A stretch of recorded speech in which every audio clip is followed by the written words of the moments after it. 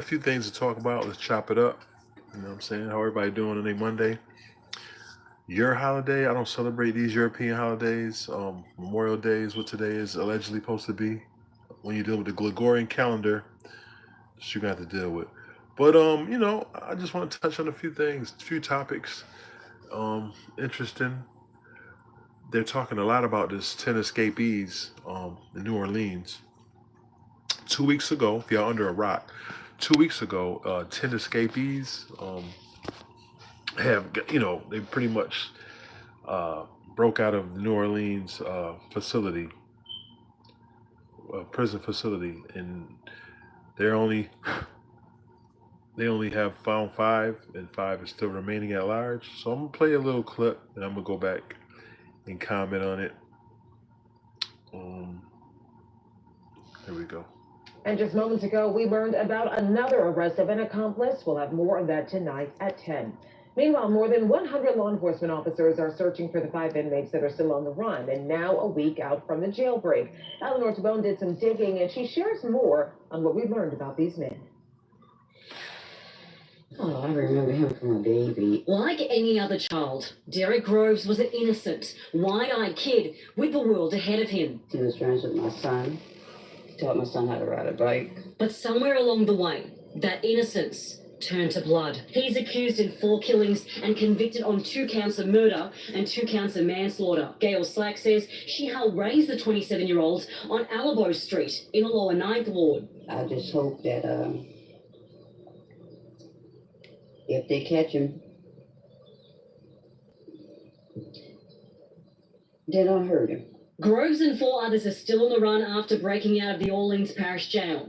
Orleans Parish District Attorney Jason Williams is scared. He says not of what Groves did, but of what he might do next. 2 of the lawyers who I tried that case with, who successfully went forward, able to get a conviction on that case, these lawyers got out of town this weekend with their families.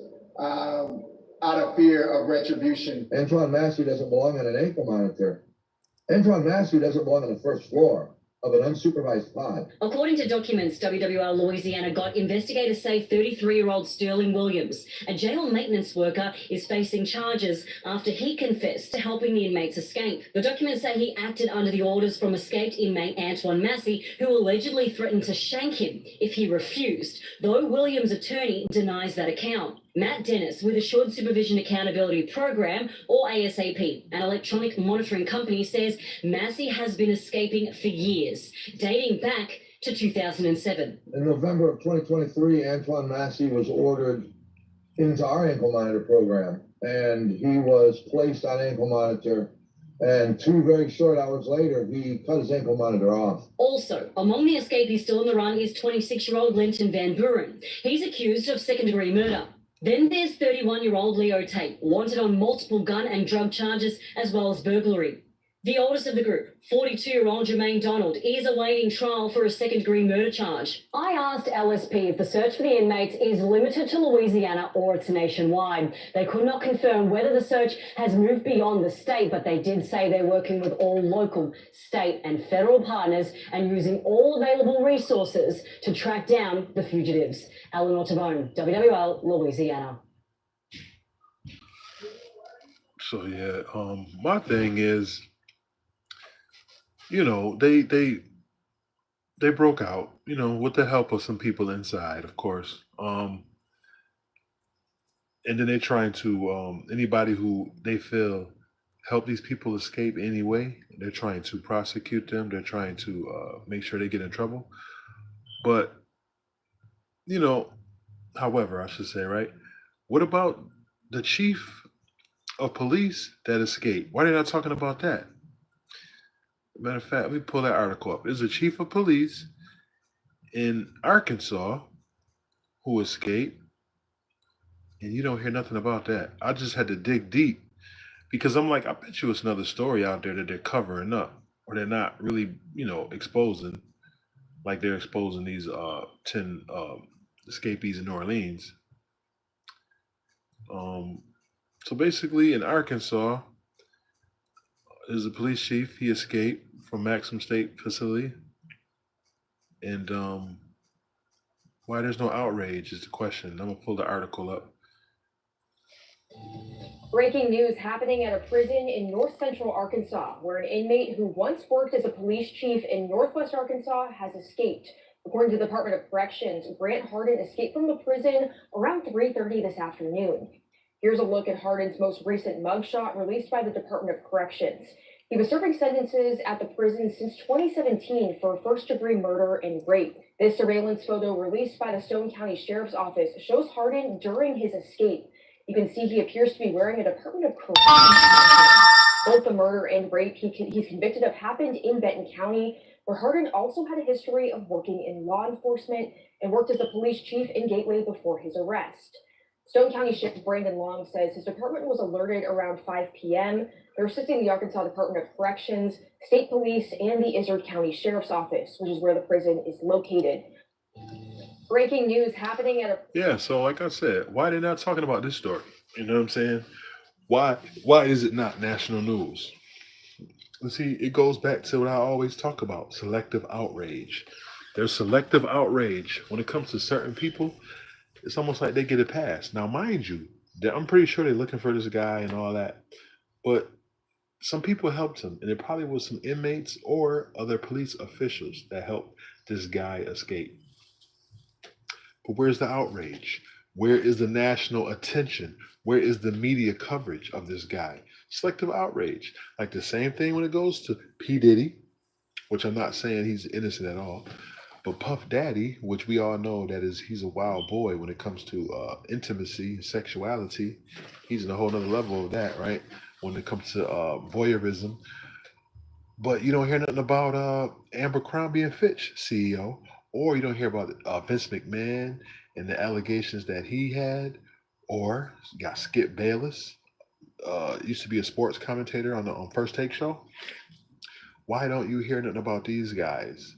Why there's no more detailed, in-depth review of these guys and the crimes that they have been alleged of? But just swept under the rug. Even with Brett Favre, they gave you a little flash in the bucket of what happened with him, and he got wiped under the rug. Skip Bayless paid a couple dollars to quiet that story up, and Brett Favre paid a couple dollars to kind of quiet that up. This police chief, is it just because when it comes to the criminal justice system and the police and government officials, they always have that blue shield of silence, or to not let the information out there because they protect each other, protect their own. So that's what I mean by selective outrage. You know, also, I want to touch on this the Carmelo Anthony situation. Not the basketball player, but the 17-year-old kid who stabbed a another college student because they claim he was in their tent, and he warned them he had a knife. I think he was being bullied. That's my take. Maybe he was being bullied, and he was trying to he was getting tired of the bullying, so he pretty much stabbed the kid. But long story short, it goes back what I said about selective outrage, because they're trying to get this boy 40 years, this kid 40 years, teenager. They're trying him as an adult. He's 17. So that means he won't be eligible for parole 40 years, meaning 57 before he'd be able to get out eligible for parole. That is bananas. 40 years? He might not even make it 40 years in that, facility. Pray to God he does make it, but that's a long time. You know what I'm saying? But like I said, selective outrage and it's real. You know what I mean? It's definitely real in the battlefield of life. But I want to comment again on the 10 people who escaped, and I just want to say, well, they caught 5 now. Um, hey, if you got to run, keep running. Hopefully, you don't get caught. Right? Not saying that they should not be. You do a crime, you got to do the time, of course. But if they was able to escape and get away, then maybe it was meant to be. I look at it. Remember, they broke out Asada Shakur 30 years ago, and they still looking for her. They still trying to condemn her and incarcerate her because she was allegedly charged for killing a state trooper, but I believe it was a shootout and she just was defending herself because the government, FBI, and the COINTELPRO was after the Black Panthers in the 70s. They was relentless with taking them down because I don't think they really cared about black people having a militia group, civil rights group, it was the fact that the Panthers had white people joining, they had Asian people joining, they had people joining all nationalities and all walks of earth was joining the Black Panthers because it wasn't a black and white thing. It was a human and government thing.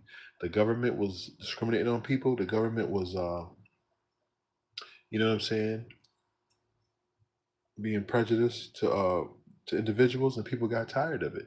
People fought back. Raza Zibia 300. Peace. How you doing there? You must be in another country, Raha, like Africa. I want to say the UK. I'm out here in Rochester, New York, upstate New York, America. You know what I mean? But I just want to say, honestly, it's definitely selective outrage when it comes to certain things. Just watch the news every day, and you'll see how they talk about certain people. And then when it comes to us, people look like me. They definitely talk about us different. So you just they'll just let you know all you need to know. You know what I'm saying? What do y'all feel though about the topics? You know, you can comment, subscribe if you haven't subscribed to my channel on YouTube. Justice Shabazz is my channel. Hit the subscribe button, hit the like button. You can share, comment. I will respond to all comments. Appreciate it. Positive, good vibrations only. No negative energy, no negative vibrations. But yeah, it's just crazy stuff that's going on in the world.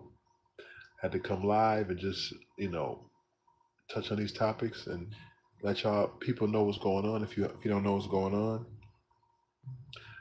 But don't be blinded by them news media outlets because they're only portraying certain things. They only have an agenda for certain things, for certain people. They only like to amplify certain things, basically. You know what I mean? Stay locked and loaded in the channel. Got a lot of good interviews, good content. Proton electrons always cause explosions. Your boy Justice Shabazz. Working on this web series too. Keep checking on me because I'm dropping episode 1 should be out next month sometime. The first week of June, I should have episode 1, season 1 of Gunroe County. Appreciate everybody. Hope you have a beautiful day. Enjoy your day. Stay dangerous, but move smooth in this crazy world we live in, especially if you copper colored skin. Peace.